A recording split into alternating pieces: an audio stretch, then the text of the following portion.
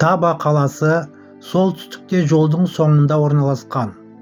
Шарм-эль-Шейхтан Табаға дейінгі қашықтық 215 км. Таба Египеттің соңғы қаласы. Эйлат қаласы оған іргелес. Эйлат қаласы қазір Израильде. Оны Израиль 1948 жылы Египеттен тартып алған. Содан бері Египет оны қайтара алмады. Таба Қызыл теңіздің жағасындағы кішкентай ғана шекаралық қала.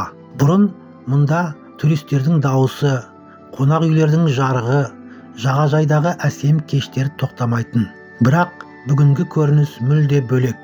Қаңырап бос қалған қонақ үйлер, терезелері қыраусыз қалған үйлер. Жағажайдағы үнсіздік. Бұл үнсіздік теңіздің толқынымен ғана сырласқандай. Израильмен шекара түбінде орналасқан бұл қаладағы өмір қазір тоқтап қалғандай.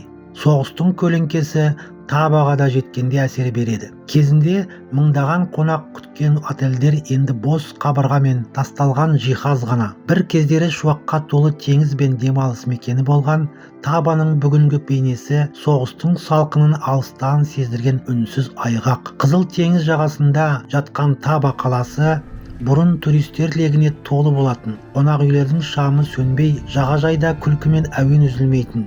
Ал қазір үнсіздік. Қаңырап бос қалған отельдер, қараусыз қалған үйлер, адам аяғы баспаған жағажай. Газдағы соғыс басталғалы бұл аймаққа да көлеңкесін түсірді. Израиль мен шекара түбінде тұрған Таба қазір қаңырап қалғандай. Мысыр халқы палестиналықтарды қолдайды. Сол себепті шекаралық аймақтағы өмір тоқтап қалған. Кезінде мыңдаған қонақ күткен бұл жағалау қазір соғыстың салқынын үнсіз еске салады.